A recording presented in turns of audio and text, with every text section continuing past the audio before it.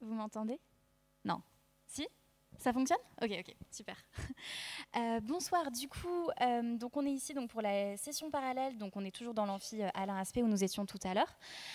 On a un peu d'avance, c'est pour ça que j'hésitais à commencer au cas où des personnes arrivent. Bon, il y aura peut-être des retardataires, donc voilà, mais on m'avait conseillé quand même de commencer en avance, donc on va attaquer tout doucement. Et donc sans plus attendre, donc, je vais appeler Nina Guéné qui va nous parler de l'association de culture blé, pois et propagation des maladies du blé. Et donc voilà, je vous demande de l'applaudir.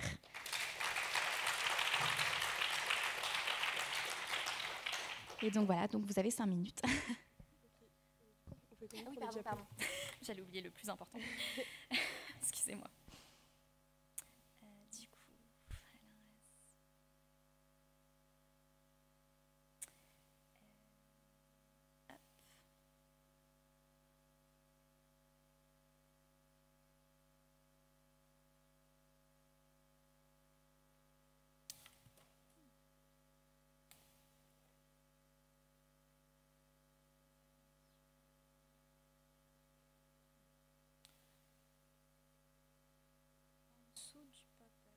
ah oui, d'accord.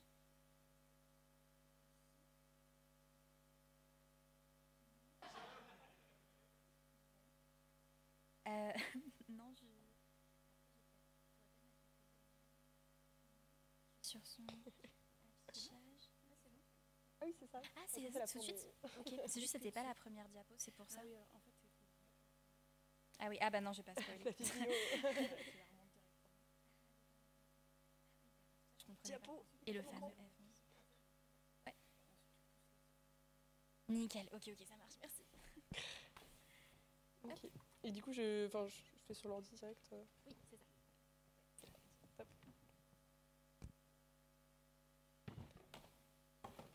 Je peux y aller?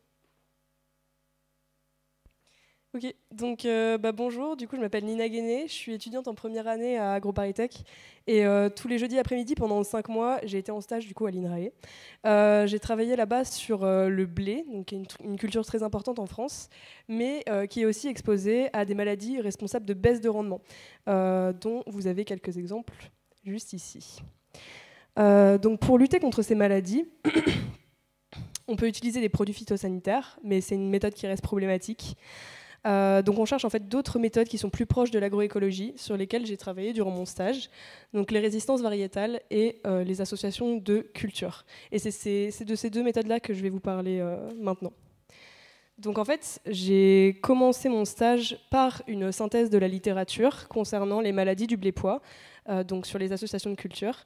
Ici, vous avez quelques exemples. En fait, il y a peu de publications et les résultats sont très variables. Donc en fait, là par exemple, on voit qu'à la fois, il y a une mise en évidence du fait que l'association blé-pois va limiter les maladies par rapport à du blé pur, mais à la fois, il y a une autre source qui indique qu'en fait, il n'y a pas de différence significative. Donc voilà, les résultats sont variables, en tout cas dans la biblio. Et ensuite, j'ai fait des analyses de données antérieures, donc à mon stage, qui ont permis de mettre en évidence des différences significatives entre les maladies du blé pur et du blé en association. Mais encore une fois, les résultats sont très variables. Donc la tendance générale, c'était qu'en fait, les maladies du blé étaient moins présentes en association de culture, mais ça dépendait des maladies. Donc par exemple, en rouille jaune, on avait plus de maladies en association. Et encore une fois, c'était pas très homogène. Donc voilà, c'est un sujet complexe qui mérite approfondissement. Et ensuite, en fait, il était prévu que j'aille faire des prélèvements de données au champ sur des parcelles de blé-pois. Le problème, c'est qu'en 2023, on a eu beaucoup de pluie et du coup, ça a retardé la date des semis. Et en fait, on a commencé le prélèvement de données en mars plutôt qu'en janvier. Donc en fait, j'ai passé une bonne partie de mon stage aussi à travailler sur les résistances variétales, donc le second point, qui ça pour le coup se fait pas mal en laboratoire. Voilà, donc ce qu'il faut savoir déjà, c'est que toutes les variétés de blé ne réagissent pas de la même manière à la même maladie. On peut mesurer la sensibilité d'une variété à une maladie dans des expériences en conditions contrôlées sur des jeunes plantules. Donc pour ce faire, on peut utiliser une échelle standardisée qui va de 0 à 9. Par exemple, ici, c'est celle de la rouille jaune. Donc plus une feuille est sporulée, c'est-à-dire plus la présence de champignons est visible, plus la variété est sensible. Donc ça, c'est le niveau 9. Et à l'inverse, plus une feuille est nécrosée, donc elle a cet aspect un petit peu brûlé, ce qu'on voit beaucoup sur la feuille numéro 4 par exemple, la notation numéro 4, et bien plus la variété est résistante. En fait, quand une plante est résistante, elle lutte contre la propagation du champignon en tuant les cellules infestées, c'est ce qu'on appelle la nécrose. Et à l'inverse, lorsqu'elle est sensible, elle ne lutte pas et on retrouve une grande quantité de sporulation, comme dans le cas numéro 9. Une même maladie peut être causée par différents agents pathogènes. Donc on les classe en groupes génétiques et en pathotypes en fonction de leur capacité à attaquer telle ou telle variété. Pour la rouille jaune, il existe 2 groupes génétiques, donc Warrior 1 et Warrior-. Et en fait, on peut identifier le groupe génétique d'un isolat de maladies inconnues. Donc pour ce faire, en fait, on pulvérise des spores d'isolat sur des variétés de blé qui, elles, sont connues. On connaît donc leur réaction en fonction du pathotype qui les attaque. Et par exemple, on sait que si la variété ambition est sensible à l'isolat, dans ce cas-là, le groupe génétique qui attaque, c'est Warrior 1. Et à l'inverse, si elle est résistante, le groupe génétique, c'est Warrior-. L'intérêt en fait de faire ça, c'est que comme on fait un suivi tous les ans sur la rouille jaune qu'on prélève dans les champs, en fait à terme, ce type d'expérimentation permet de connaître l'évolution dans le temps de la fréquence des différents pathotypes. Et ensuite, on peut réaliser du coup l'expérience inverse. Donc, c'est-à-dire que là, on connaît l'isolat de rouille jaune, mais on cherche à caractériser une variété de blé qui est inconnue. Donc là, notre témoin, il est constitué de 6 variétés de blé connues. Et en fait, on va inoculer une variété inconnue et le témoin avec l'isolat qu'on connaît. Et ensuite, en fait, on va comparer la réaction de la variété inconnue avec les réactions du témoin qui servent de référence pour déterminer le niveau de sensibilité de la variété inconnue à l'isolat. Voilà. Merci de m'avoir écouté.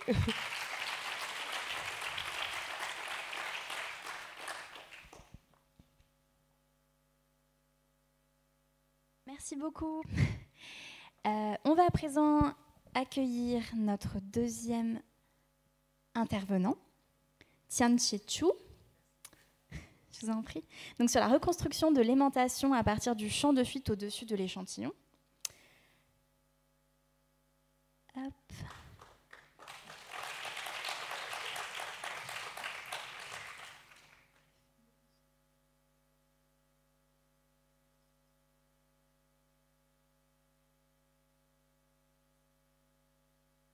La barre qui...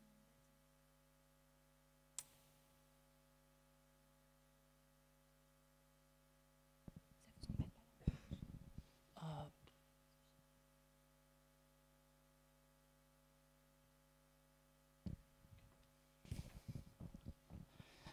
Mesdames et messieurs, bonjour et bienvenue à cette présentation.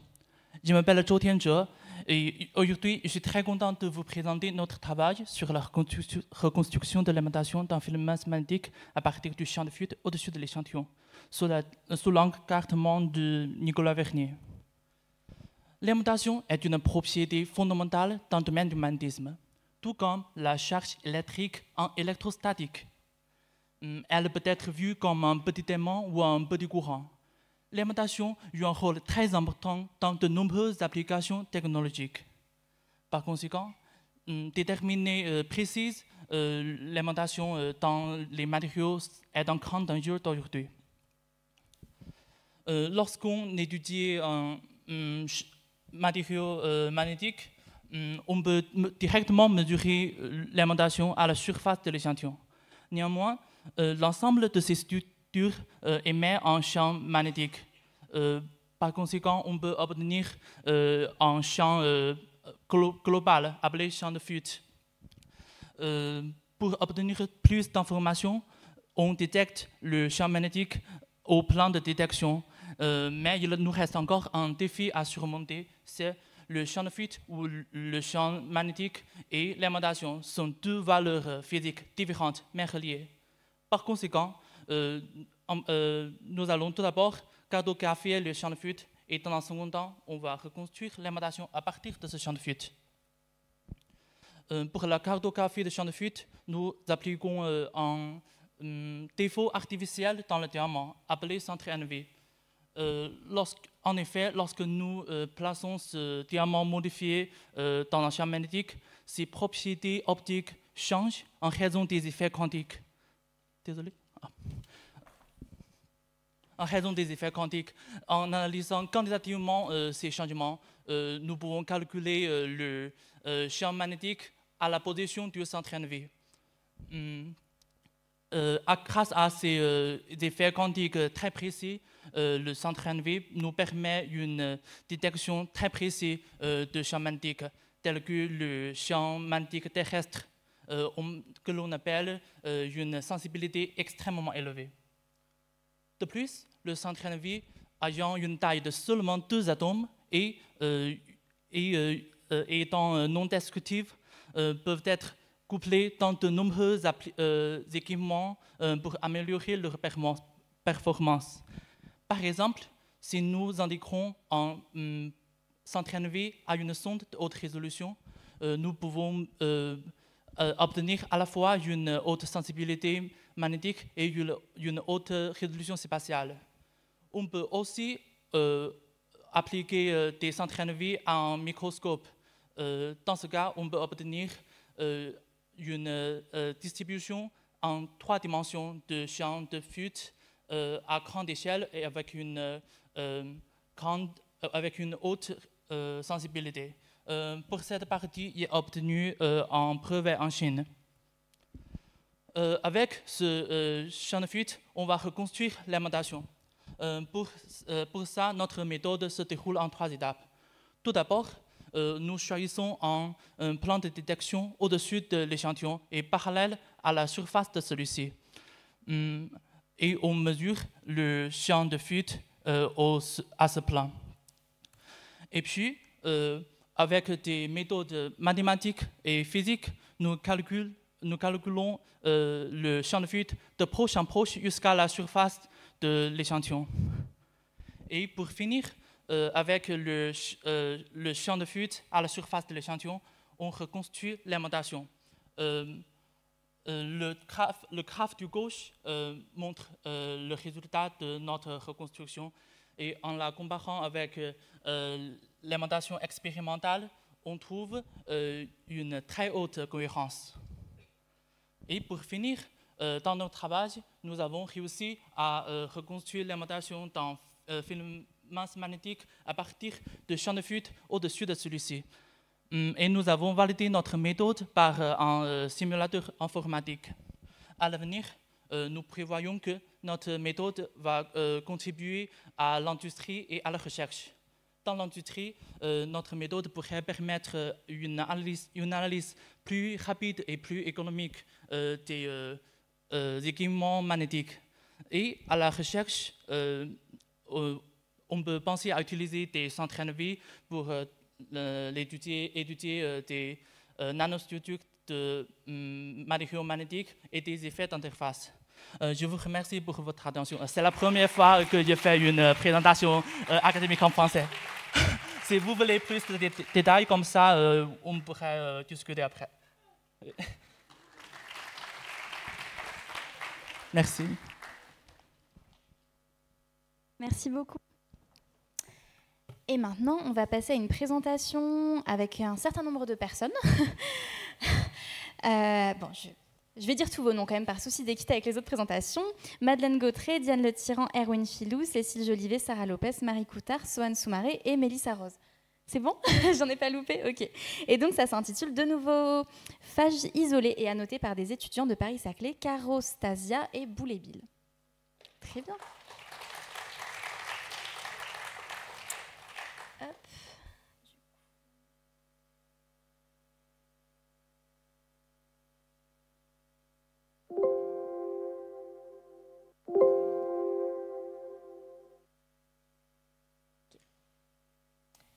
Voilà, la parole est à vous.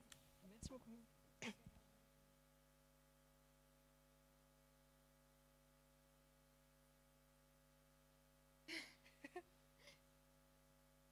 Normalement, il fonctionne. Ouais, ok. Merci.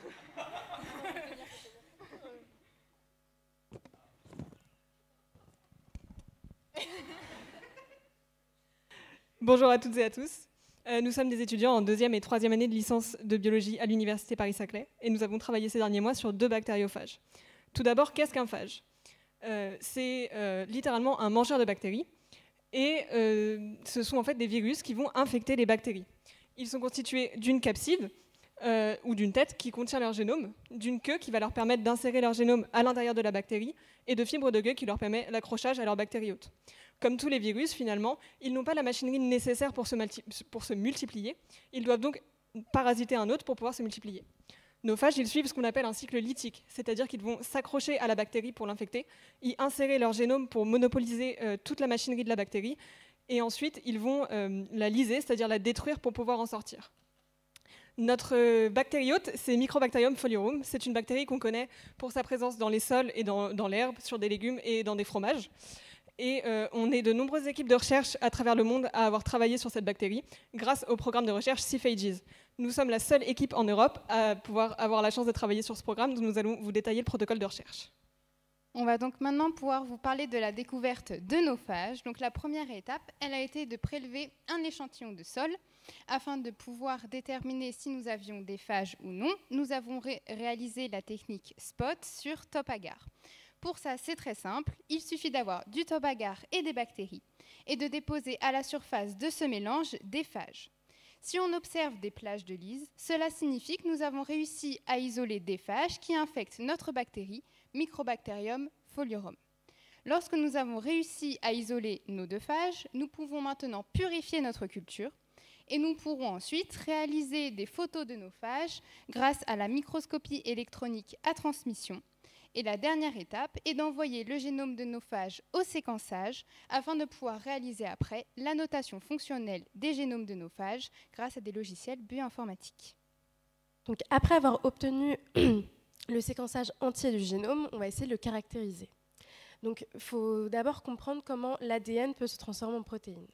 Donc, on voit ici que l'ADN va d'abord être transcrit en ARN, qui lui-même est lu par des groupes de 3 lettres, qui sont appelés des codons. Ces codons sont associés chacun à un acide aminé, et le regroupement de tous ces acides aminés forme une protéine.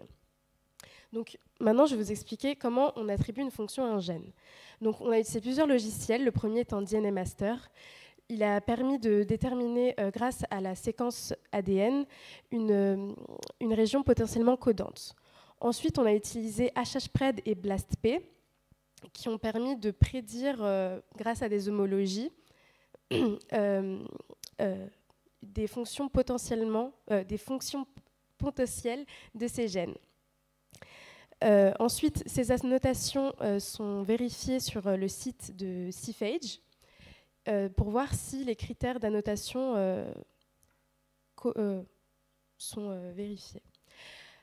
Donc, en bref, pour savoir la fonction d'un gène, on va juste aller chercher chez ses voisins. Donc maintenant, on va vous présenter les résultats de l'annotation fonctionnelle. Donc pour ça, nous avons regroupé les gènes par catégorie. On remarque que l'on retrouve à peu près les mêmes gènes chez nos 2 phages.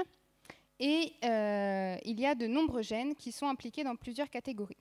Donc, on retrouve beaucoup de gènes impliqués dans la production de la queue du phage, mais également de nombreux gènes dans le métabolisme des nucléotides. Les nucléotides, ce sont des perles qui formeront un collier de perles appelé l'ADN. Ensuite, on retrouve des gènes impliqués dans la réplication de cet ADN, mais également des gènes responsables de la production de la capside, qui est la boîte qui contiendra l'ADN de notre phage. Ensuite, les catégories de gènes que l'on retrouve le moins sont des gènes qui permettent de faire rentrer l'ADN dans cette capside et les gènes qui permettent au phage de sortir de la bactérie. Ce qui est important de noter, et ce qu'on voit de manière assez significative sur nos graphiques, c'est que dans les 2 cas, 49% de nos gènes sont des gènes dont la fonction n'est pas connue. Et ça représente un réservoir de fonctions inexplorées, source potentielle de nouvelles découvertes majeures. Donc, grâce aux méthodes présentées, nous avons réussi à isoler et caractériser 2 nouveaux phages, Charostasia et Boulébile. Mais pour nous, une question subsiste. Comme on peut le voir sur cet arbre, qui est en fait une représentation graphique de la proximité évolutive entre des espèces, on voit que Charostasia et Boulébile appartiennent à 2 groupes distincts, qu'on appelle des sous-clusters, ici appelés EA10 et EA4. Sauf que sur ce graphique, en fait, Boulébile et Carostasia sont les seuls phages ayant été isolés en Europe. Le reste de ces phages ont été isolés en Amérique du Nord, comme on peut le voir sur cette carte. Donc on se pose la question, comment est-ce possible d'avoir des phages de sous-cluster EA10 et EA4 en Europe? Pour cela, on a 3 hypothèses. Déjà, peut-être que les phages sont capables de traverser l'Atlantique, soit par les nuages ou par le vent. Deuxième hypothèse, il est possible que nos phages aient subi une coévolution parallèle avec les phages américains. Et dernière hypothèse, qui est peut-être la plus probable, nous sommes face à un biais d'échantillonnage. Peut-être que si on se mettait tous à partir à la chasse aux phages, on se rendrait compte que les clusters EA10 et EA4 sont partout sur la surface du globe. Si vous avez plus de questions, nous serons disponibles dans le hall. Pour nous reconnaître, nous sommes tous habillés en rouge. Merci pour votre attention.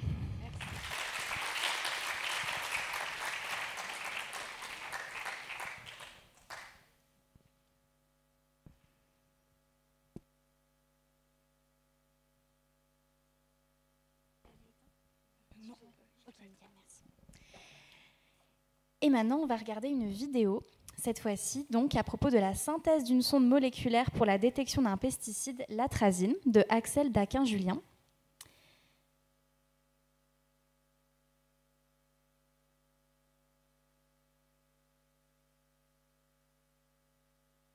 Bonjour à toutes et à tous. Je suis ravie de vous retrouver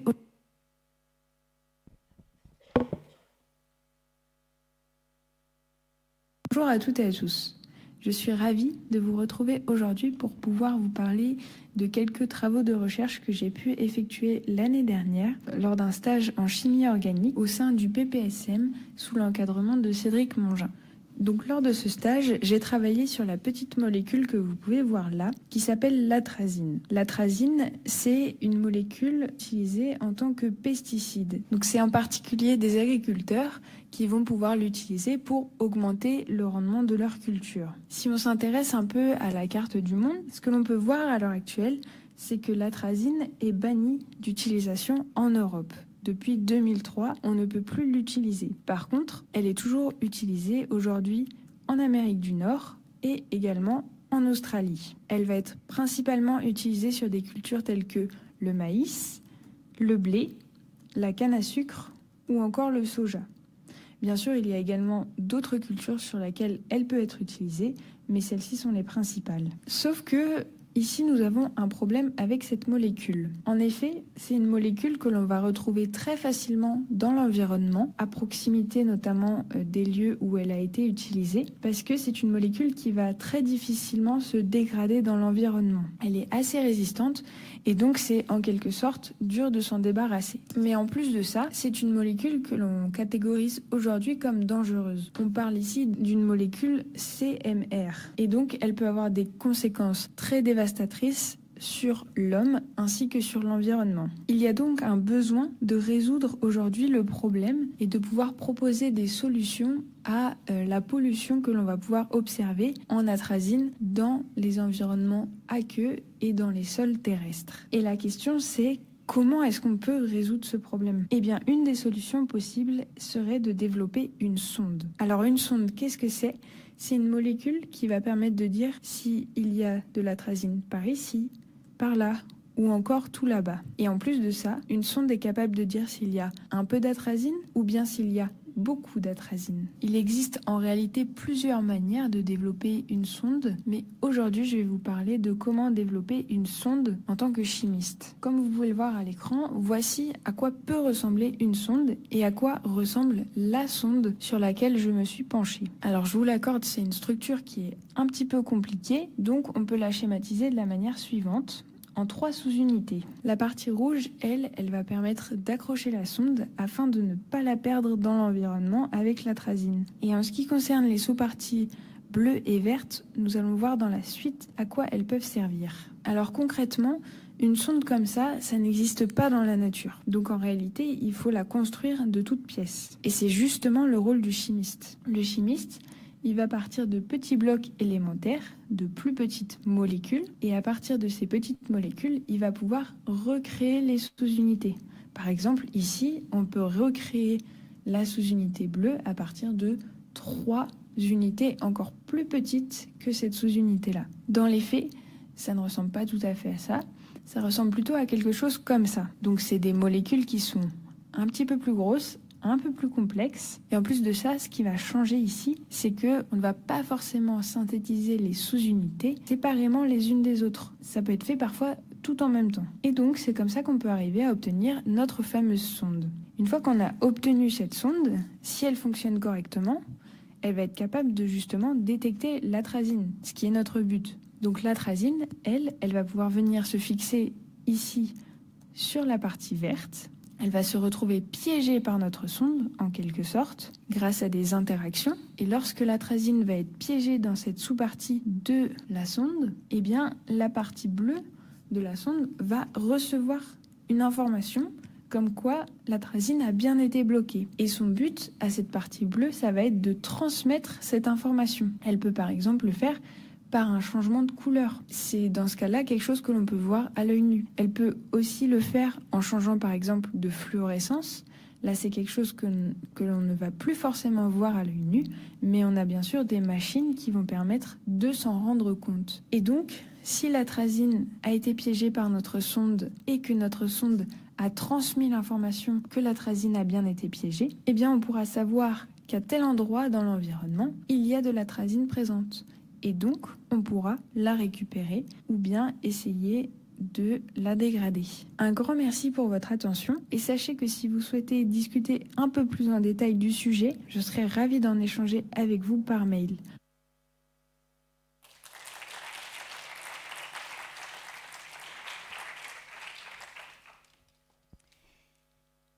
Et donc, je vais à présent appeler Lucie Garance-Barrault, qui va nous parler de LRRC45 dans la ciliation de Paramecium tetraorelia. Pardon, j'ai sans doute un peu écorché ce nom, j'ai essayé. Je vais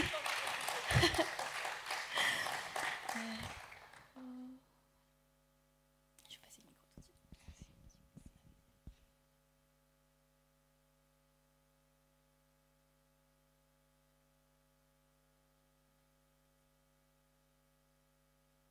Qu'est-ce que je fais? Je mets OK.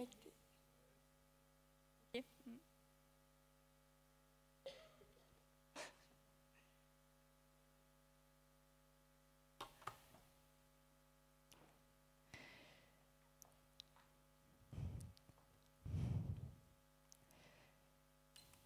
Bonjour à tous, je m'appelle Lucie Garance-Barrault, je suis en deuxième année à AgroParisTech en cursus ingénieur et je vais vous présenter les travaux que j'ai réalisés dans le cadre de mon projet de stage à l'Institut de biologie intégrative de la cellule de Gif-sur-Yvette.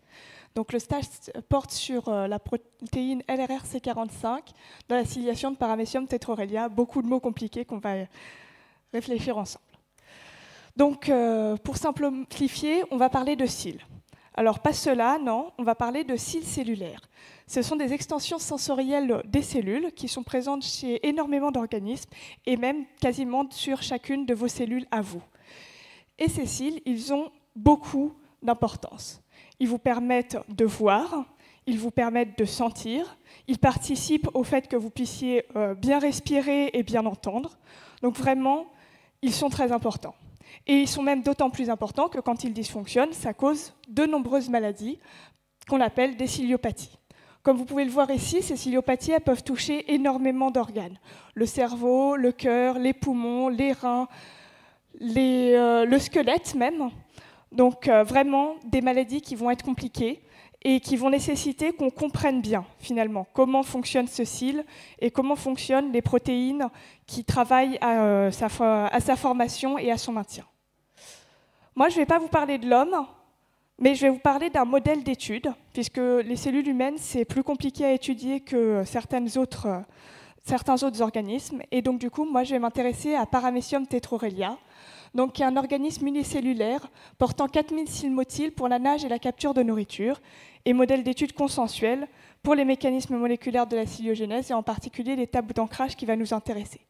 Globalement, ce qu'il faut que vous reteniez, on a une cellule et elle bouge en nageant avec des cils. Et cette cellule, elle possède un gène en commun avec l'homme qui s'appelle LRRC45. C'est une molécule qui, du coup, va se localiser a priori dans les cils pour participer à leur formation. LRRC45, c'est une seule protéine, mais chez la paramécie, on a 4 gènes qui permettent de la coder. Ils ont des petits numéros, donc ça va être facile à retenir. C'est 12, 26, 30 et 31. Et vous en aurez même que 3 à retenir, parce que 30 et 31, c'est quasiment les mêmes. Ils ont 97% d'identité. Et l'objectif de mon stage, ça a été de comprendre du coup où se trouvait cette protéine, ou plutôt ces 3 protéines, et à quoi elles servaient finalement quand on parle des cils de la paramécie. Commençons par la localisation. Pour localiser une protéine, c'est très simple. On lui rajoute une petite étiquette, éventuellement fluorescente, c'est plus joli, et on va regarder où elle va.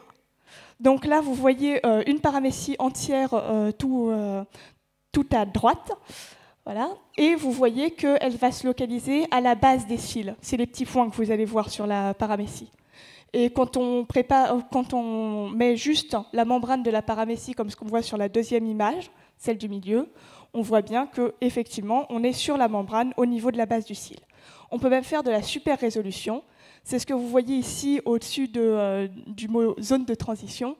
On voit bien qu'on va avoir une protéine qui va se localiser en fait dans ce qu'on appelle la zone de transition, qui est en fait la zone entre la base du cil, qui est dans la cellule, et l'extension du cil, qui est hors de la cellule, d'où son nom zone de transition.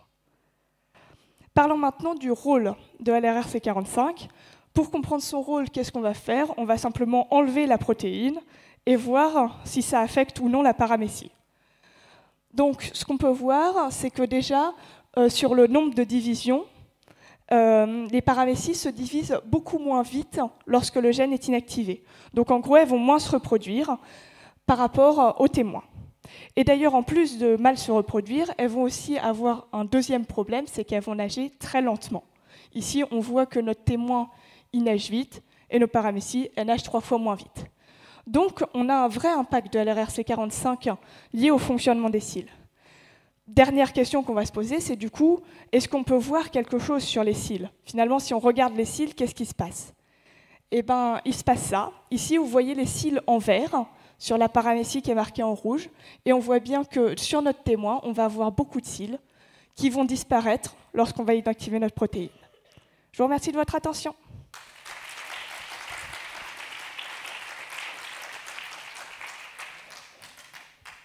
Merci beaucoup. Et je vais à présent appeler Vivien Ducrot, qui va nous parler de dessiner la dynamique symbolique.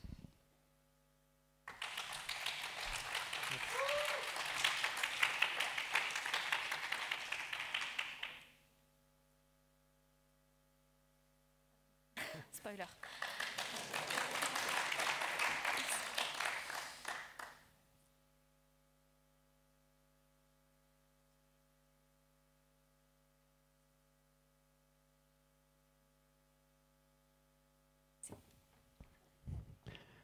Bonjour à toutes et à tous. Ça y est, c'est l'heure de la récréation. Et pour la récréation, je vous propose de jouer aux puzzles. Donc, en fait, je vais vous présenter mon stage. Et mon stage s'appelle Dessiner la dynamique symbolique. Souvent en science, on fait des dessins. Et les dessins, c'est cool parce que c'est pratique pour nous donner une intuition. Par contre, on n'a pas le droit de justifier avec un dessin. Je suis sûr que vos profs de maths vous l'ont déjà dit.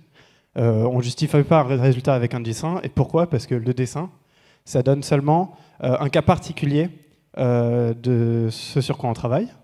Mais en fait, il y a un domaine mathématique qui s'appelle les langages diagrammatiques, dans lequel on peut prouver formellement seulement avec des dessins. Et là, il y a un exemple avec l'application d'une fonction. Mon domaine de recherche, en fait, c'est la dynamique symbolique. C'est l'étude des pavages. En gros, je joue aux puzzles toute la journée. L'objectif de mon stage, en fait, c'est de créer des dessins pour que mes preuves, ce soit seulement mes preuves de dynamique symbolique sur les pavages, ce soit seulement des dessins et plus des équations mathématiques. Et donc pour ça, il faut que je donne des règles à mes dessins et que je m'autorise ou non certaines choses. Donc comment est-ce qu'on joue aux puzzles avec des dessins? Quand on joue aux puzzles, on a plusieurs pièces dans notre boîte. Il y a des pièces de centre et on peut représenter toutes les pièces de centre que j'ai le droit d'utiliser avec un dessin avec 4 pattes. Chaque patte, elle représente en fait les accroches et les côtés de nos pièces. Et donc les pièces de bord, généralement on les cherche en premier quand on fait un puzzle, elles vont avoir seulement 3 pattes, et même les coins seulement 2 pattes. Et donc on voit qu'un dessin, en fait, il représente l'ensemble des pièces que j'ai le droit d'utiliser. Et ces dessins, je peux les accrocher ensemble par une patte pour représenter, quand on fait un puzzle, on accroche les pièces entre elles. Et donc, deux carrés reliés par une patte, en fait, ça représente l'ensemble des blocs de 2 pièces que je peux faire en accrochant les pièces d'une manière correcte. La manière correcte, c'est la couleur qui correspond ou alors la forme du bord qui correspond. Et ça, je peux faire ça petit à petit. Donc là, par exemple, j'ai ajouté un bord, j'ajoute un bord ensuite, et je peux ajouter un coin. Et on voit que petit à petit, j'ai plus forcément beaucoup de manières de placer mes pièces sur le puzzle et d'organiser mes pièces. Et donc, en fait, on va dire que le puzzle, il est résolu si le schéma que j'ai dessiné, où on voit qu'il n'y a plus aucune patte libre, elle représente un ensemble de manières de réaliser mon puzzle qui est non vide. Il y a toujours au moins une façon de faire notre puzzle. Alors ça, c'est drôle, mais c'est un peu faible parce que nos puzzles, là, c'est que des quadrillages. Donc moi, ce qui m'intéresse, c'est aussi de faire des pièces qui sont un peu différentes. Alors on peut avoir les dominos, c'est encore plus simple, avec une patte à gauche et à droite. On peut avoir des pièces triangulaires. Et dans notre domaine, au final, on aimerait aussi pouvoir déformer un peu nos pièces. Et pour déformer les pièces, ça veut dire que moi, dans mes dessins, je vais m'autoriser à courber un peu les fils pour faire des dessins. Par exemple, je peux faire un cercle de dominos. Et en plus de courber les fils, ce qui nous intéresse, c'est plus tant la forme des pièces. On voit que quand on accroche 2 pièces triangulaires ensemble, on obtient un dessin avec 4 pattes. Et ça vous rappellera sûrement la pièce initiale que j'avais pour le puzzle tout à l'heure, qui était une pièce carrée. Et en fait, on va dire que c'est la même chose, parce qu'il y a autant de pattes. Voilà, donc ça c'est très bien. Mais la dynamique symbolique, c'est un peu plus compliqué, parce qu'en dynamique symbolique, j'étudie des pavages, donc des pulses, sur n'importe quel graphe de Cayley. Un graphe de Cayley, c'est une manière de représenter un groupe mathématique. Donc c'est une structure mathématique avec des éléments et une manière et une opération sur ces éléments. Et donc la dynamique symbolique et ces schémas, ils vont me permettre d'étudier si on peut paver, donc si on peut jouer au pulse sur ces graphes, et si les configurations que j'étudie, elles sont périodiques. Périodique, ça veut dire qu'il y a un motif qui se répète dans notre pulse. Une génération qu'on aimerait bien avoir pendant mon stage, c'est que actuellement mes dessins ils représentent un ensemble de pièces de pulse, mais je pourrais avoir des pièces de pulse qui sont probabilistes, ou même des pièces de pulse qui sont quantiques avec des coefficients complexes.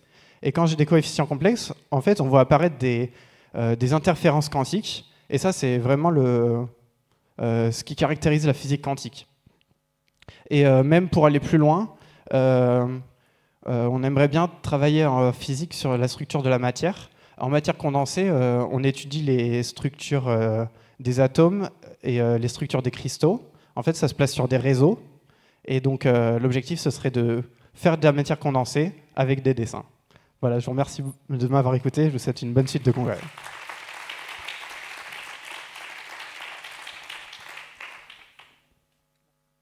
Merci beaucoup. Et je vais à présent appeler Doria Ait-Warab et Valentine Tulan, qui vont nous parler de synthèse et étude des propriétés antibiotiques de composés de la famille des nitrofurazones vers la préparation d'une canne à pêche moléculaire.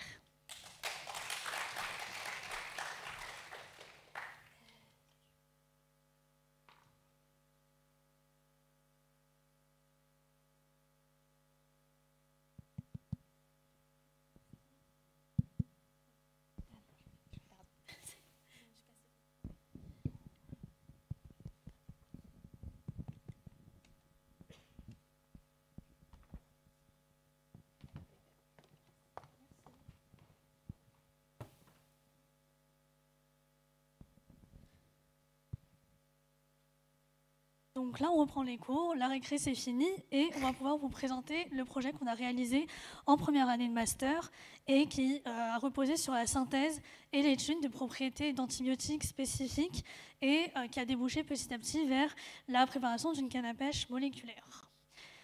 Tout d'abord, notre projet repose sur une thématique importante et d'actualité et de santé publique majeure, puisqu'il traite de solutions contre l'antibiorésistance, à savoir c'est la prolifération anormale de bactéries suite à un traitement antibiotique. Parce que oui, clairement, lorsqu'on prend des antibiotiques, nous on veut guérir, donc on veut que la bactérie disparaisse.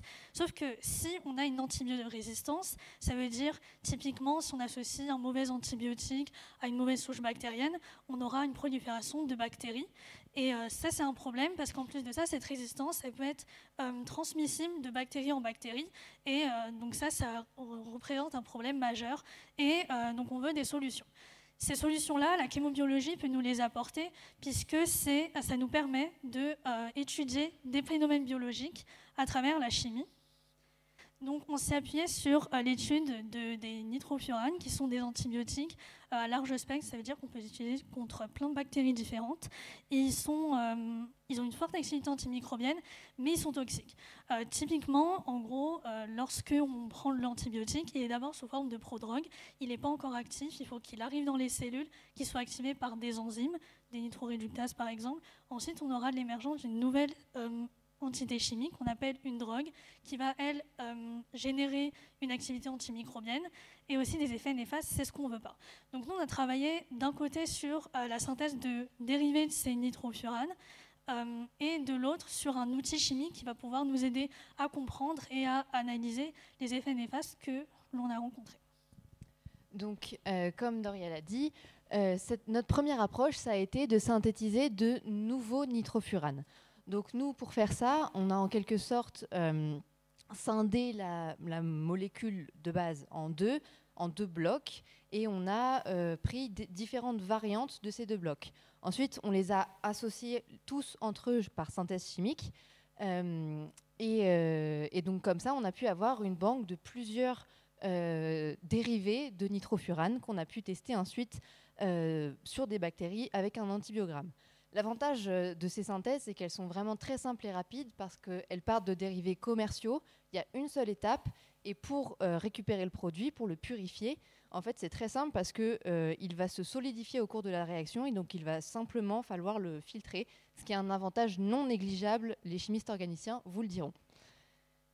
Et donc, la seconde approche, elle vient du problème de la toxicité, qui est en fait due à la modification chimique et biologique de composants au sein de notre cellule par l'antibiotique.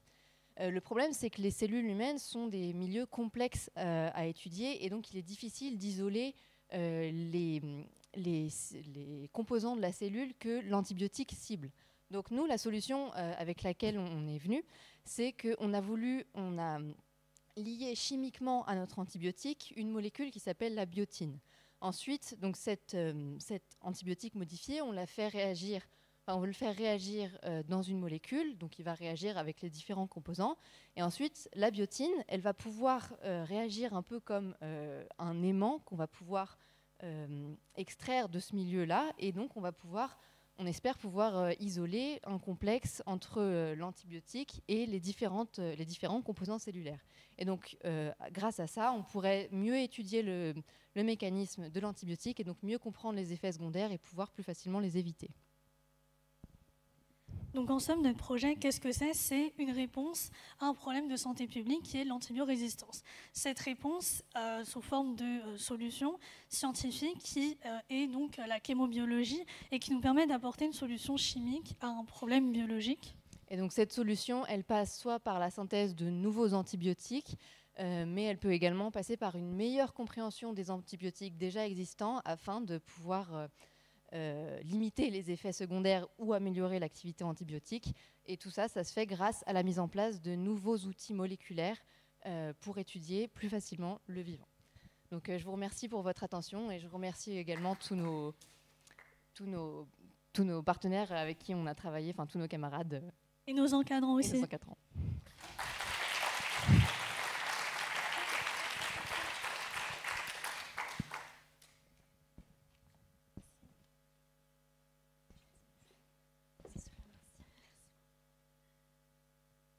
Merci beaucoup. Et du coup... pardon, Manon, on va lancer une vidéo. Pardon, j'étais perdue dans le programme. Alors. Donc Eve Deleg qui va nous parler des modèles de diffusion pour améliorer les images. Bonjour, je m'appelle Eve Deleg et j'ai fait l'année de recherche en intelligence artificielle à l'ENS Paris-Saclay. Au cours de cette année, j'ai fait un projet de 3 mois au Centre Borély avec l'accompagnement de Pablo Arias. On a travaillé sur les modèles de diffusion et leur lien avec la restauration ou l'amélioration d'images. Voici une image issue d'un scanner IRM cérébral. Après quelques traitements, on peut obtenir une image bien plus propre qui sera plus utile pour les analyses médicales. On appelle ça le débruitage d'image. Voilà ce que j'ai montré au cours du projet. Les réseaux de neurones de débruitage employés dans les modèles de diffusion pour la génération d'images ont des performances comparables à celles des réseaux de neurones de débruitage généraux. Cet énoncé fait intervenir plusieurs notions qui sont assez abstraites au premier abord. Il y a la notion de débruitage d'image, la notion de réseau de neurones pour le débruitage, les modèles de diffusion. Laissez-moi vous illustrer tout ça en 5 minutes. Un neurone artificiel utilisé dans les réseaux de neurones est une fonction mathématique. Elle prend diverses entrées, elle les traite en utilisant une fonction d'activation et elle décide ou pas de transmettre ces informations aux neurones suivants. L'intérêt de ces neurones artificiels est qu'on peut régler avec quelle intensité il reçoit les informations de l'extérieur. Un réseau de neurones est souvent représenté de cette manière. Différents neurones artificiels qui vont interagir entre eux et former un réseau. Ce réseau va pouvoir ensuite transformer une entrée en une sortie. L'intérêt d'un réseau de neurones, c'est qu'on peut l'entraîner. Par exemple, dans le cas du débruitage d'images, on lui donne une entrée qu'on veut, on lui montre ce qu'on aimerait qu'il nous mette en sortie, et on va pouvoir modifier les paramètres des neurones artificiels pour obtenir la sortie. Quand on reproduit cette opération avec un grand nombre d'images, pouvant aller du millier au million, voire plus, on est capable d'obtenir un réseau de neurones qui peut généraliser. Et ça veut dire que quand on lui donnera une nouvelle image d'animal bruité qu'il n'aura jamais vu, il sera capable de trouver une image débruitée, même s'il ne sait pas a priori à quoi c'est censé ressembler. Quand on a assez entraîné le réseau de neurones pour avoir des résultats satisfaisants, on fixe tous les poids des neurones. On a ainsi un réseau de neurones qui génère des images débruitées. Le réseau de neurones DRUNET, par exemple, est un excellent débruiteur. Quand il est sorti en 2020, il surpassait toutes les autres méthodes de débruitage passées. Les réseaux de neurones et leurs applications, et généralement l'intelligence artificielle, ça a connu une croissance très importante au cours des 10 dernières années. Par exemple, en 2019, on avait près de 3 papiers qui étaient publiés toutes les heures sur le sujet. C'est un domaine qui va très vite et qui ne semble pas vouloir s'arrêter. En 2020, par exemple, on a eu le début de la génération d'images par intelligence artificielle en utilisant ce qu'on appelle des modèles de diffusion. La diffusion est un processus physique qui lie un état organisé à un état désorganisé. Les liquides se mélangent, les odeurs se répandent, la température devient homogène dans une pièce, etc. On peut aussi l'utiliser pour modéliser la dégradation d'une image, en liant une image naturelle à une image de bruit blanc. De cette manière, en ajoutant successivement un petit peu de niveau de bruit à chaque image. On peut décrire ce phénomène par cette équation. Elle lie le système X qui va évoluer en fonction du temps t et selon un terme aléatoire W qui modélise une certaine agitation. On parle ici d'un mouvement brownien. Cette équation décrit donc une évolution naturelle dans le temps entre un état organisé et un état désorganisé. Mais les mathématiciens ont montré qu'on pouvait aussi inverser cette équation dans le temps. On peut donc inverser la flèche du temps comme ceci. Cette inversion du point de vue des probabilités permettrait donc de faire le lien entre un état désorganisé et un état organisé. Dans le cas des images, on peut alors lier une image de bruit à une image réaliste qui n'existait pas a priori. Ce sont les modèles de diffusion pour la génération ou la création d'images. Le rapport avec les réseaux de neurones? Eh bien, cette partie de l'équation est modélisée par un réseau de neurones. Son objectif est de faire ceci. Il s'agit d'une forme particulière de débruitage d'images qui répond à des contraintes très spécifiques. Au cours du projet, j'ai pris ce réseau de neurones de débruitage pour la génération, je l'ai sorti de son contexte et je l'ai comparé à un autre réseau de neurones qui lui est utilisé pour les tâches de débruitage général. Je leur ai montré les mêmes images bruitées, ici un tracteur, et j'ai essayé de voir quelles étaient leurs performances. Plus précisément, j'ai pris des images de plus en plus bruitées et j'ai regardé les résultats à la fois du débruiteur utilisé dans les modèles de diffusion et dans le débruiteur général, le DRUNET dont je vous parlais tout à l'heure. Pour comparer les performances des débruiteurs, il existe un vaste choix de méthodes. L'une des plus simples, ça consiste à regarder la moyenne de l'écart entre l'image débruitée et l'image originale. Une mesure très similaire et très courante s'appelle le PSNR. Plus le PSNR est élevé, meilleur est le débruitage. On obtient des tableaux de résultats sous cette forme, donnant des PSNR en fonction du taux de bruit dans l'image de tracteur ici. on constate des performances très similaires entre les deux réseaux. On s'attendait à ce que DRUNET ait des meilleures performances, ce n'est pas le cas. Ça veut dire que les spécificités des réseaux de neurones employés dans les algorithmes de génération d'images n'entachent pas leur performance. Merci pour votre attention. Si vous êtes intéressé par le sujet, vous pouvez trouver mes références juste ici.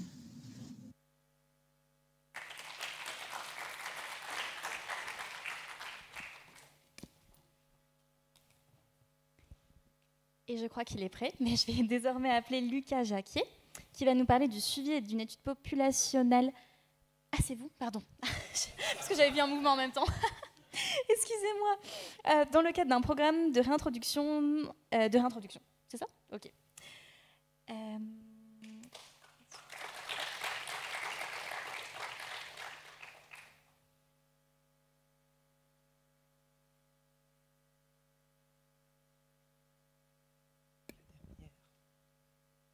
C'est la dernière encore.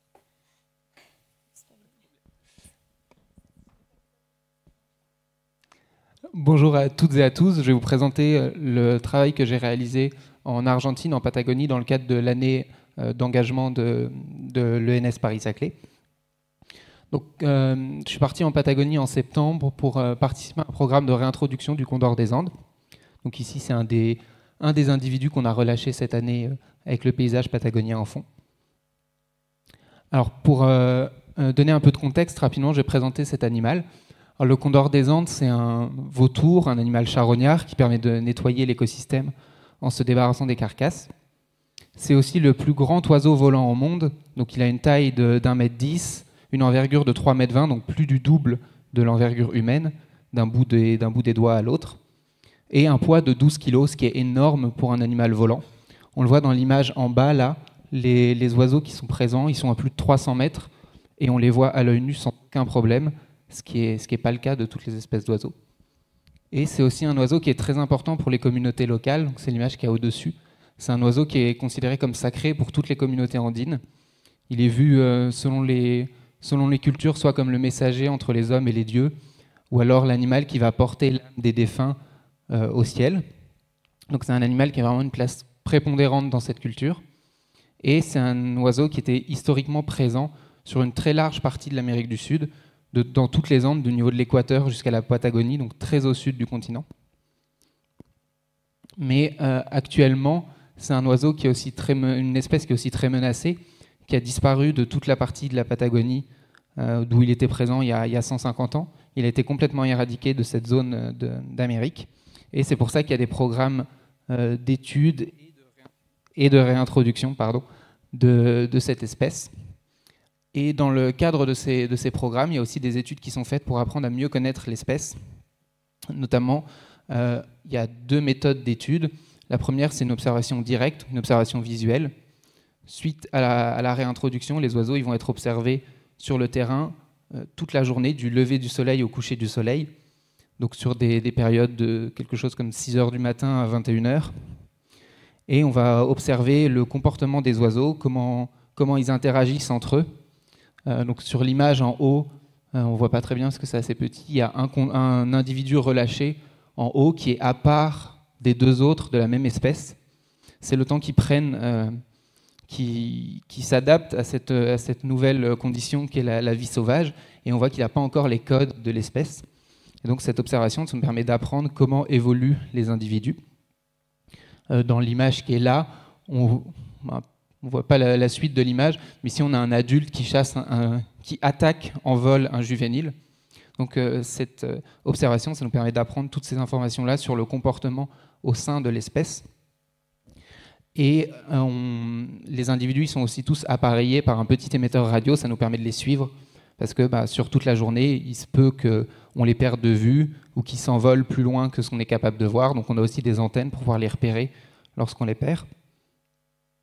Mais c'est aussi des animaux qui ont un habitat qui est très très grand, et on a besoin d'autres techniques d'études complémentaires. Donc on utilise un suivi satellite. Ici sur la carte, en fait, chaque couleur, ça représente le parcours effectué par un individu. Donc on voit qu'il peut parcourir toute la Patagonie. Et c'est des données qu'on a obtenues avec des petits émetteurs satellitaires, comme celui qui est représenté en haut. On voit sur l'individu le condor Neoen qui est placé en bas, on voit un numéro et accroché à ce numéro, on a cet émetteur satellitaire qui nous permet de savoir où sont les animaux.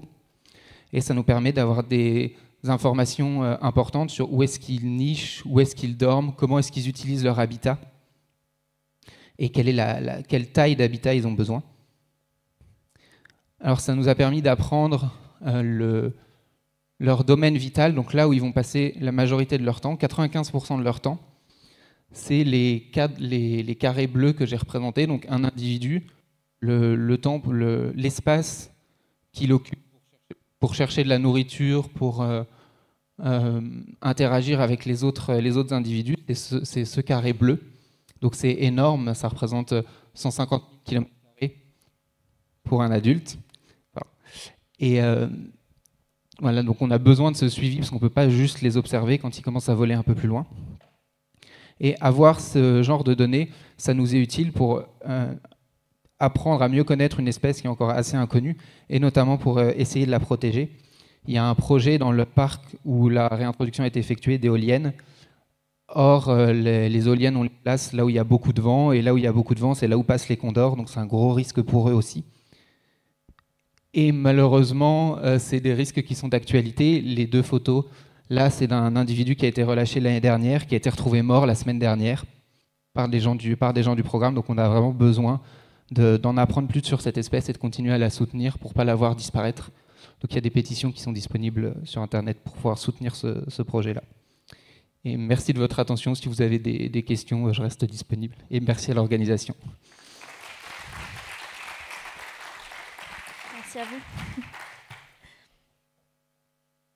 Et donc, je vais désormais appeler Maxime Royer, c'était donc vous, qui va nous parler du design d'un système de diagnostic et d'amélioration d'un service d'approvisionnement dans l'industrie de la construction.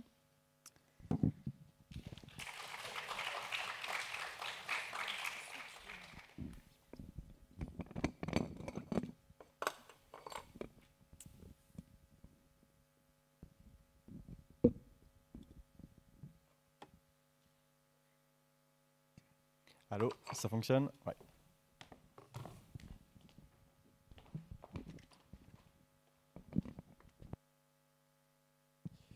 Alors, bonjour à vous. Moi, je vais vous parler d'un domaine que vous connaissez sûrement pas, qui est le domaine de la construction. Je pense pas qu'il y en ait beaucoup d'entre vous qui étudient ce genre de sujet. Je vais pas répéter le titre qui est un peu à rallonge, mais globalement, c'est un travail que j'ai effectué l'année dernière lors d'un stage effectué avec le Master in Management de l'ENS Paris-Saclay. Alors, le milieu de la construction, qu'est-ce que c'est? C'est beaucoup de déchets. Ça, tout le monde est d'accord là-dessus.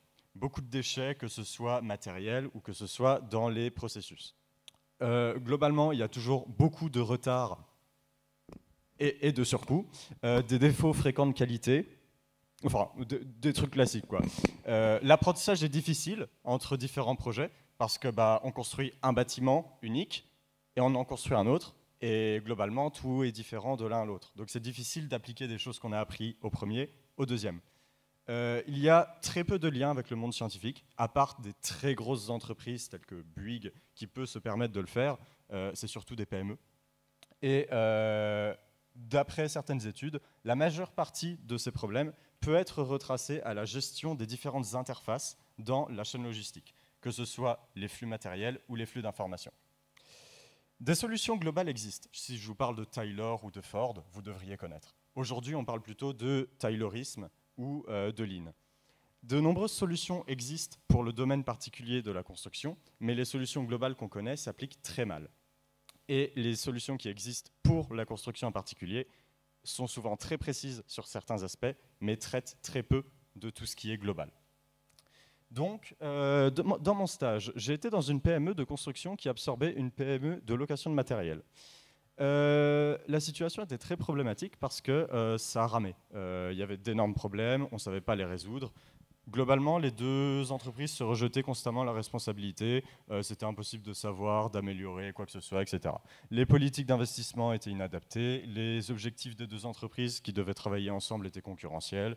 Le système d'information était archaïque, ça fonctionnait, c'était une interface digne de Windows 98, et un suivi inadapté du matériel, pour ne pas dire inexistant. L'environnement, par contre, était En fait, il était pas trop mal parce que c'était une PME, donc j'ai pu rencontrer toutes les personnes liées à ces problématiques. La politique de RSE de l'entreprise était très importante, assez fondamentale pour eux. Ils respectaient, chose unique en France, ils ont vérifié, 3 ISO. L'ISO 9001 qui est un respect de la qualité, 14001 qui est respect RSE et 45001 qui est respect de l'environnement. Et à l'occasion de la fusion, ils étaient très prompts à se remettre en question et à remettre en question leurs pratiques. Donc pour moi qui arrivais là, c'était une situation assez idéale. La méthodologie de recherche que j'ai choisie est un peu particulière. On en a déjà entendu parler ce matin, mais la situation est problématique parce que les contours sont très mal définis, les causes sont obscures, la situation est complexe et irréductible. Je ne peux pas parler que de logistique et de matériel sans parler des relations entre les acteurs. Et personne n'a de vision globale, parce qu'il y en a qui sont dans une entreprise et qui disent que c'est la faute de l'autre, et ceux de l'autre disent que c'est... voilà. L'environnement, le monde scientifique est loin. Moi, j'arrive là, c'est une PME vosgienne, ils sont un peu bourrus. Et les connaissances de terrain, par contre, ils en ont pas mal. Ils ont beaucoup développé ça au cours de temps, et les acteurs sont très engagés. Ça, il faut leur reconnaître. La méthodologie de recherche que j'ai choisie est donc la recherche-action. Qu'est-ce que c'est? C'est un chercheur qui n'est pas le nez dans ses bouquins et qui est sur le terrain. Le chercheur, en recherche-action, il va étudier le changement qu'il induit sur un système. Moi, ce que j'ai choisi, c'est une branche de cette recherche-action. Ce matin, on a vu la recherche en action qui emprunte beaucoup aux luttes engagées. Moi, j'emprunte beaucoup à l'ingénierie et je fais de la recherche ingénierique. Qu'est-ce que c'est? Je prends des processus organisationnels complexes qui fonctionnent mal, des connaissances qui sont difficilement mobilisables par les acteurs, je mélange, je fais un modèle, je crée un outil, j'applique l'outil sur le réel et je boucle avec l'apprentissage que j'ai fait sur ce qu'il y avait avant. Le modèle et l'outil. En gros, j'ai vu qu'il y avait des problèmes autour de 4 pôles. Le pôle de direction, le pôle de service, le pôle de production. Chacun avait un travail à faire sur lui-même et un travail à faire en relation avec les autres. Ce que j'ai fait, c'est un outil qui recense tous les problèmes, leur donne un poids en fonction de la fréquence, de la gravité, etc. et donne une ligne directrice à chacun pour dire « toi, il faut que tu travailles sur ça, toi, il faut que tu travailles sur ça, etc. » En conclusion, j'ai produit un savoir actionnable pour l'entreprise et pour les acteurs, qui est modélisation et expression d'un problème qu'ils n'arrivaient pas à comprendre, injection de connaissances scientifiques nouvelles et à jour, un outil solide et pertinent puisque confronté et produit par le réel, et des pistes d'amélioration sur plusieurs années. Donc là, on avait un objectif à 5 ans. Et des connaissances théoriques, un modèle d'organisation, du coup, confronté et construit sur le réel, un accompagnement au changement et la construction des solutions que j'ai proposées. Par contre, il me manque la boucle sur les connaissances que j'ai mobilisées, puisque je ne suis pas encore allé les revoir pour pouvoir mesurer l'après. Merci de votre attention.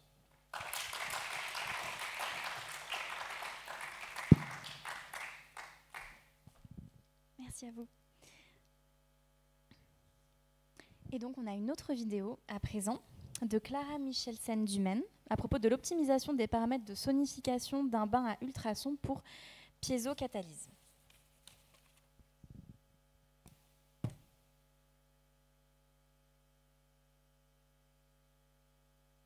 Présenter le travail que j'ai réalisé lors du projet de parcours recherche de Centrale Supélec sur l'optimisation des paramètres d'un bain à ultrasons appliqué à la piézocatalyse. Mon projet s'inscrit dans une démarche de dépollution des eaux. En France, plus de la moitié... Pardon, j'essayais d'enlever, mais je crois que c'était dans sa vidéo déjà. Donc je vais remettre au départ. Arrêter le partage. Lors du projet de parcours recherche de Centrale Supélec sur l'optimisation des paramètres d'un bain à ultrasons appliqué à la piézocatalyse. Mon projet s'inscrit dans une démarche de dépollution des eaux. En France, plus de la moitié de nos cours d'eau sont considérés comme pollués, et notamment par les industries et par exemple celle du textile. Le textile pollue par les pigments, les colorants, et un colorant qui est facilement manipulable en laboratoire, c'est le bleu de méthylène, c'est ce que j'ai utilisé dans cette étude. Pour dépolluer l'eau, ce qu'on peut faire, c'est une réaction chimique. Une réaction qui ici sera la piézocatalyse, je vais vous expliquer ce que c'est, et elle a besoin d'un réactif ici qu'on appelle le catalyseur, c'est le titanate de barium que j'ai utilisé. La pièce de catalyse, c'est la conversion d'une contrainte mécanique en charge électrique. En gros, dans notre milieu réactionnel, on a notre catalyseur, notre polluant, et puis des molécules qui sont présentes dans l'eau. Tout ça, c'est dans l'eau. Le piézocatalyseur, c'est un matériau qui est capable, lorsqu'il reçoit une contrainte mécanique, comme ici, de séparer ses charges. Il va y avoir une concentration des charges en surface, et ces charges vont oxyder et réduire, par les mécanismes d'oxydoréduction, les molécules solubles dans l'eau. Ça va créer des radicaux. Les radicaux, ce sont ces molécules hydroxyles et superoxydes que vous voyez à droite, qui sont très réactives en chimie. Lorsqu'elles entrent en contact avec le polluant, eh bien, elles réagissent chimiquement avec lui et elles le décomposent en des produits. Et ces produits ne sont pas toxiques. C'est pour ça qu'on dit que le polluant est dégradé. En laboratoire, pour réaliser la piézocatalyse, on utilise un bain à ultrasons. Les ultrasons, en fait, c'est la vibration, donc la vibration mécanique, le stress mécanique qui va faire bouger, qui va agiter le catalyseur. On suit les résultats au cours du temps par la spectrophotométrie qui marche parce que ce qu'on suit, c'est le polluant qu'on suit, c'est un colorant. Donc il absorbe la lumière, mais moins il y a de colorant, moins il y a absorption de la lumière. Donc l'absorbance diminue au cours du temps puisqu'il y a de moins en moins de colorant dans le milieu. Ça, c'est ce qu'on est censé observer en théorie, mais moi, ce que j'ai plutôt observé pendant la première année, voire 1 an et demi, 2 ans de mon projet, c'était ce genre de fluctuation. On n'avait pas du tout une diminution et j'arrivais pas du tout à expliquer pourquoi j'obtenais ça. Donc le travail, ça a été d'expliquer pourquoi, et puis j'ai mis en évidence, ce que j'ai mis en évidence, c'est l'importance du contrôle des conditions expérimentales. Conditions expérimentales dans la piézocatalyse, il y en a énormément, mais là, on va se concentrer sur 3 conditions phares: la température, le niveau d'eau et la position du réacteur dans le bain. On va commencer par le contrôle de la position du réacteur dans le bain. Au début, je ne la contrôlais pas du tout. Je mettais les béchers un peu partout dans le bain à ultrasons. Et puis après, j'ai tendu des élastiques pour vraiment contrôler et maintenir constante la position des réacteurs. Et ce que j'ai observé, c'est qu'en fonction de la position de mon bécher dans le bain, donc ce soit à gauche, au milieu ou à droite, je n'obtenais pas du tout la même dégradation, puisque vous voyez bien que c'est au milieu qu'on a l'absorbance qui diminue le plus, donc la plus forte dégradation. Ça marche en longueur, gauche, milieu, droite, mais ça marche aussi en largeur. Haut, milieu, bas, c'est aussi au milieu qu'on a la plus forte dégradation. Donc on voit que la position, elle a une influence considérable sur les résultats. Puisque là, à chaque fois, c'est la même réaction, hein, c'est juste la position qui change. Un deuxième paramètre à contrôler, c'est le niveau d'eau dans le bain. Au début, je le faisais visuellement, et puis après, j'ai utilisé une éprouvette graduée, donc de la verrerie. Ce que j'ai observé, c'est que en faisant varier le niveau de l'eau dans le bain à ultrasons, j'obtenais pas les mêmes résultats. On a clairement un niveau d'eau optimal qui est là en bas à gauche, quand le niveau d'eau est légèrement au-dessus du niveau du polluant. C'est là qu'on obtient la plus forte dégradation. Puis un troisième paramètre à contrôler, c'est la température, puisque la vibration, c'est de l'énergie mécanique, ça se transforme en chaleur, ça fait augmenter la température de l'eau. Et si on ne fait rien, au bout de 50 minutes, on a presque une ébullition. Bien sûr, c'est pas tenable. Donc ce qu'on va faire pour la refroidir, c'est qu'on va tout simplement vider le bain et puis le remplir avec de l'eau du robinet, donc de l'eau fraîche. En faisant ça, on peut choisir tous les combien, 5, 10 ou 15 minutes, on change cette eau. Et ça a une influence sur la dégradation. Ça passe du simple au double. Donc on voit que le contrôle de la température est primordial pour avoir des résultats répétables. Et en fait, c'est ce qui s'est passé dans ce que j'ai réussi à montrer, c'est que sans contrôle des conditions expérimentales, on n'a pas beaucoup de dégradation, on a des fluctuations. Par contre, on obtient des super résultats, 90% de dégradation en 3 heures sans fluctuation, et des résultats qui sont répétables surtout. Perspective, eh bien, ce serait d'étudier tous les autres paramètres expérimentaux de la piézocatalyse. Je vous remercie beaucoup pour votre attention et je vous souhaite une excellente fin de congrès.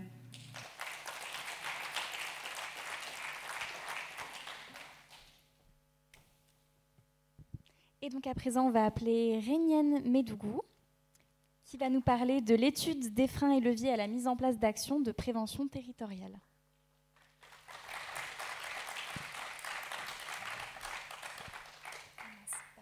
Ça commence toujours par là.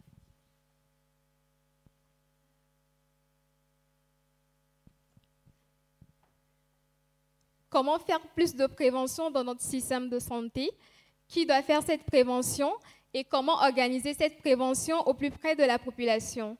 Ce sont les questions que j'ai cherché à investiguer dans le cadre de mon stage sur un travail qui a porté sur les freins et leviers à la mise en place d'actions de prévention territoriale. Vous l'aurez compris, le présent travail s'inscrit dans le champ de la prévention que l'Organisation mondiale de la santé définit comme l'ensemble des mesures visant à éviter ou réduire le nombre et la gravité des maladies.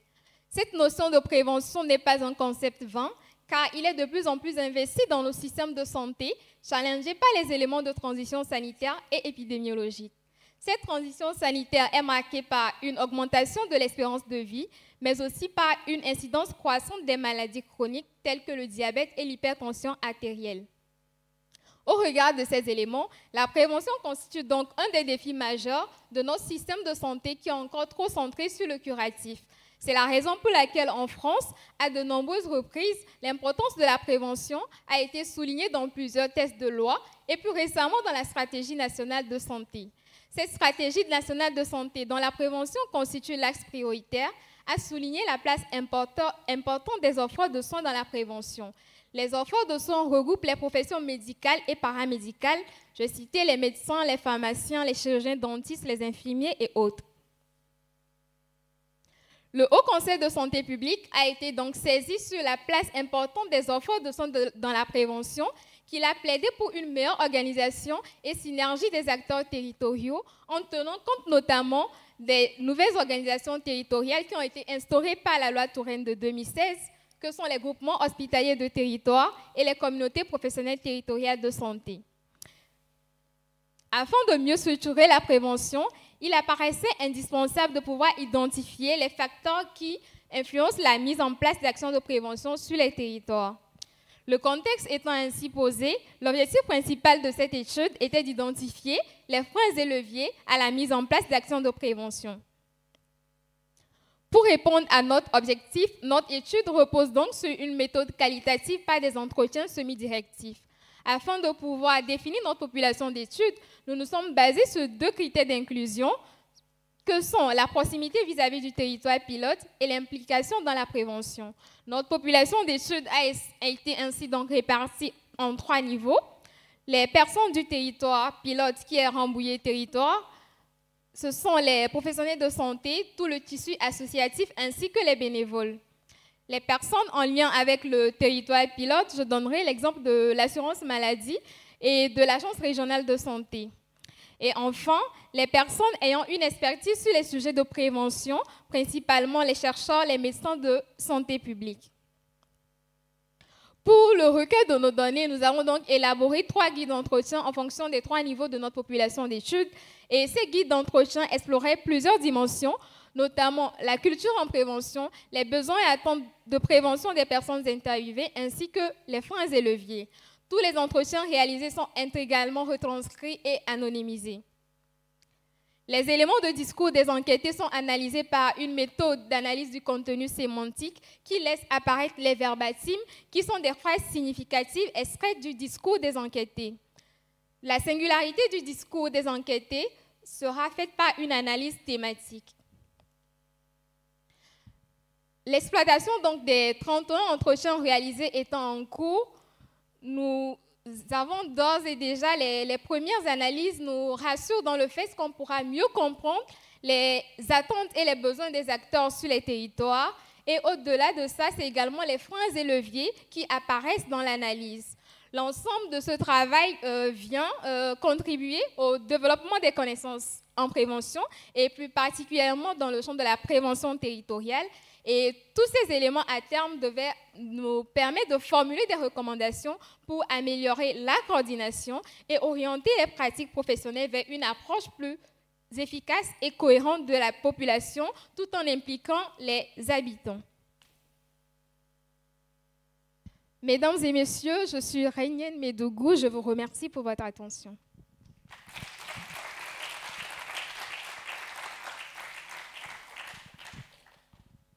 Merci beaucoup à vous. Donc on va passer à la présentation de Adèle Treuil du Souhait. C'est vous. Identification de nouvelles espèces de bactéries intestinales capables de moduler la réponse immunitaire dans les cellules épithéliales de l'intestin humain. C'est des titres compliqués.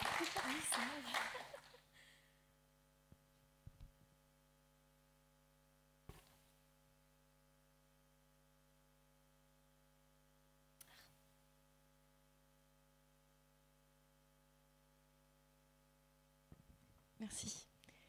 Donc bonjour à tous, je m'appelle Adèle et aujourd'hui je vais vous présenter les travaux que je suis en train de faire dans le cadre de mon apprentissage, dans le cadre de mon M2 microbiologie et génie biologique à l'université Paris-Saclay. Et donc je fais mon apprentissage au sein de l'INRAE. Donc je ne vais pas répéter le nom qui est aussi également un petit peu long, mais donc ça s'inscrit dans le contexte du microbiote intestinal. Alors un microbiote, c'est un ensemble de bactéries qui interagissent entre elles et qui interagissent avec l'hôte dans un environnement spécifique. Donc ici, c'est le microbiote intestinal. Il y a différents microbiotes. Il y a le microbiote, par exemple, buccal, le microbiote vaginal. Et le microbiote intestinal, c'est un peu le plus important parce qu'il est super diversifié et il y a vraiment beaucoup de bactéries dedans. Et il est très important parce qu'il il a des conséquences, bien évidemment, sur le système donc, digestif, c'est assez logique, mais aussi sur le cerveau. Ça a des conséquences, par exemple, sur l'autisme, notamment. Et très important aussi sur le système immunitaire. Et nous, au labo, c'est ce qui nous intéresse le plus. Donc le système immunitaire, il y a plein de choses dedans. Et nous, on s'intéresse à une voie de signalisation qui s'appelle la voie NF-kappa B. Elle agit sur la réponse immunitaire chez l'homme. Et il y a différentes façons de l'activer. Il y a une activation dite canonique et une activation dite non canonique. Et nous, on s'intéresse à l'activation non canonique, qui est donc activée par une protéine qui s'appelle ALPK1. Et voilà. Et donc, on s'intéresse à cette activation. Alors, pourquoi c'est important, par exemple, d'activer NF-kappa B? C'est donc pour stimuler une réponse immunitaire. Et ça va être dans le cas de s'il y a des dommages à l'ADN ou s'il y a un stress en présence par exemple de virus ou bien de bactéries. Et nous, c'est les bactéries qui nous intéressent. Pourquoi les bactéries? Alors spécialement les bactéries à Gram négatif, parce que donc, les bactéries, il y a plusieurs façons de les caractériser. Il y a une caractérisation où certaines vont être bactéries Gram négatives et d'autres positives. Et ce qui les différencie, c'est leur structure. Donc les bactéries à Gram négatif, il y a une membrane supplémentaire et dessus, il y a ce qu'on appelle les LPS, donc les lipopolysaccharides. Et dans la chaîne de biosynthèse de ces lipopolysaccharides, il y a un composé soluble qu'on appelle l'ADP-heptose. Pourquoi on s'y intéresse? C'est parce que cet ADP-heptose, il a été montré comme pouvant activer ALPK1, qui peut à son tour activer NF-kappa B. J'espère que c'est assez clair. Et donc, moi, ce qui va être l'objectif de mon apprentissage, ça va être de cribler des bactéries donc à Gram négatif qui sont capables d'activer NF-kappa B par la façon non canonique ALPK1. Et donc ensuite, de comprendre les mécanismes cellulaires mis en jeu et de déterminer les molécules bactériennes qui sont impliquées dans cette modulation. Donc pour cela, dans un premier temps, on va préparer des échantillons. Donc on va choisir ces bactéries, on va les bactéries à tester et on va les mettre en culture. Les bactéries du microbiote intestinal, leur particularité, c'est que la plupart du temps, elles sont anaérobies, c'est-à-dire qu'elles vont pousser seulement en l'absence d'oxygène.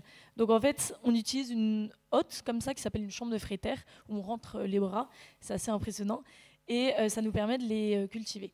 Et donc on va créer une biobanque avec différentes fractions bactériennes, donc le culot et le surnageant.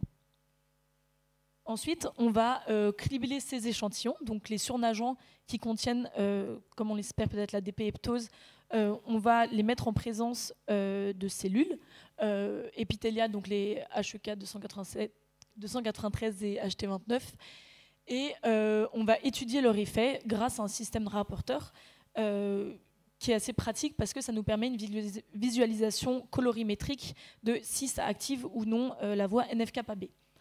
Et par la suite, on va donc essayer d'identifier et d'étudier les effecteurs et de déterminer si c'est une voie d'activation canonique ou non canonique et d'identifier la nature des effecteurs. Alors, donc c'est ici la visualisation colorimétrique. Donc quand vous voyez du bleu foncé, ça veut dire que NF-kappa B est activé. Et quand ça reste rose, ça ne l'est pas. Et donc vous pouvez voir avec les petits points que en haut, c'est les bactéries qui permettent, enfin les surnageants bactériens qui permettent une activation de NF-kappa B, tandis que ceux qui restent en bas, c'est ceux qui ne le permettent pas. Donc ça active NF-kappa B, mais on ne sait pas si ça active par ALPK1, et c'est ce qui nous intéresse. Et donc pour cela, on a utilisé des cellules qui sont mutées pour ALPK1. Et donc quand on voit qu'en rouge, les points redescendent, ça veut dire qu'avec ALPK1, NF-kappa B n'est plus activé, et donc vraisemblablement l'activation passe par ALPK1. Par contre, oui, comme vous pouvez le voir ici, typiquement ça montre que ça ne passe pas par ALPK1. Et donc ça, c'est des résultats qui sont assez intéressants. Et donc, dans le cadre de mon apprentissage, je vais continuer à faire ces tests et continuer aussi la biobank parce qu'on a quand même pas mal de bactéries. Et ensuite, essayer d'identifier les effecteurs qu'on pense être l'ADP héptose, mais on veut vraiment en être sûr. Voilà. Merci pour votre attention.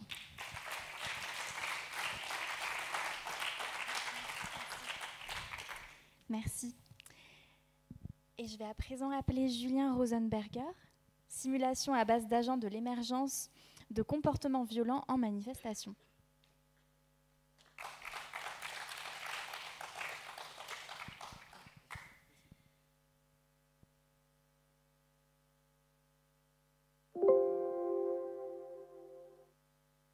Merci.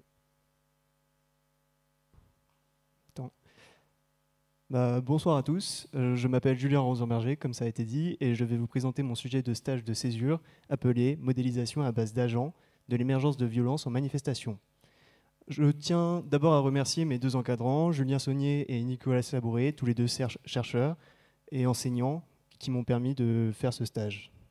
Alors, ce stage, il part d'un rappel récent des conséquences que la violence peut avoir lors de manifestations. En effet, le mouvement des Gilets jaunes apparu en France fin 2018 dénombrait, après seulement un mois de manifestation, quelques 2891 blessés parmi les civils et les forces de police. Mais ce qui est paradoxal dans cet usage de la violence, c'est qu'il semble être inefficace. D'une part, par les forces de police, parce qu'une étude statistique menée sur les manifestations de 1900 à 2006 a montré que les forces de police ne réussissaient pas significativement à réprimer des mouvements politiques grâce à la violence. Et c'est aussi inefficace de la part des mouvements politiques parce que les manifestations non violentes tentent 2 fois plus souvent à atteindre leurs objectifs.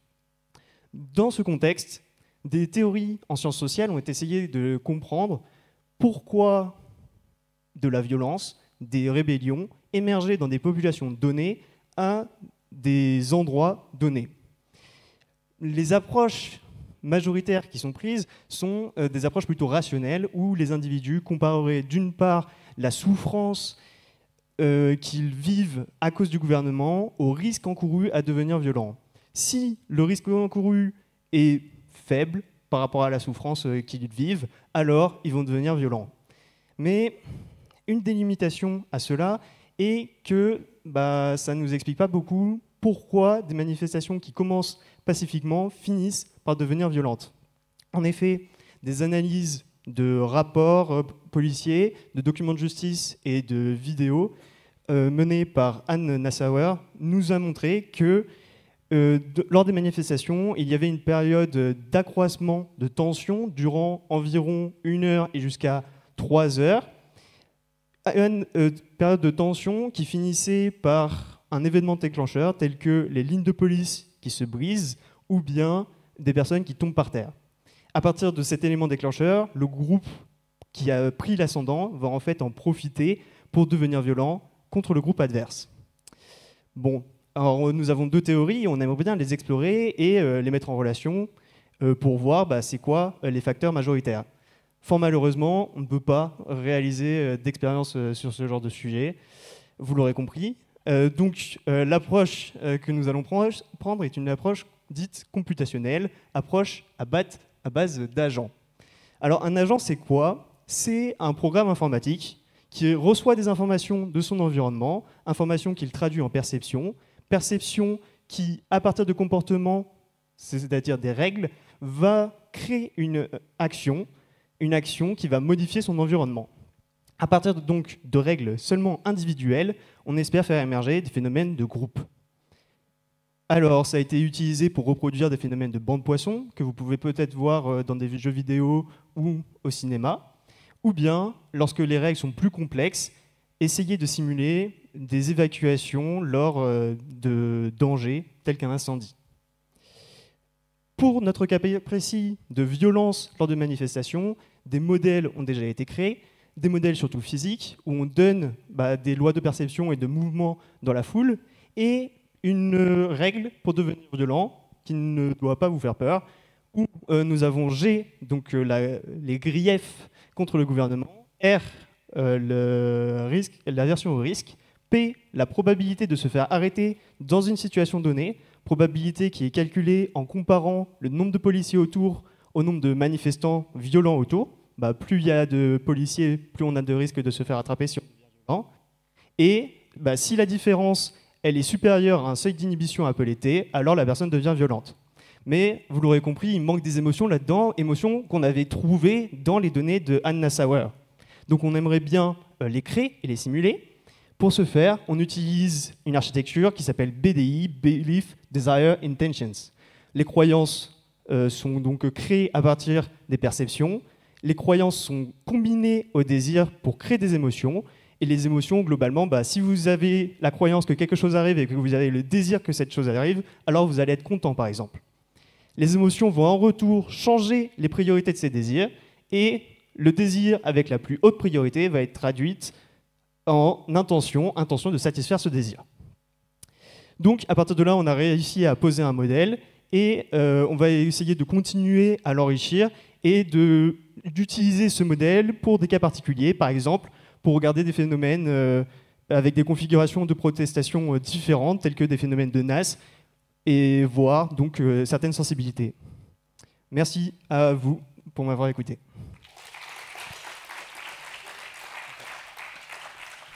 Merci à vous. Alors, on m'a informé que le dernier intervenant n'est apparemment pas là. Je vais quand même l'appeler au cas où. Jean-Baptiste Perrault. Non. Donc ça confirme ce qu'on m'avait dit. Non, a priori, il n'est pas là, pas de... Ok. Du coup, on va terminer cette session.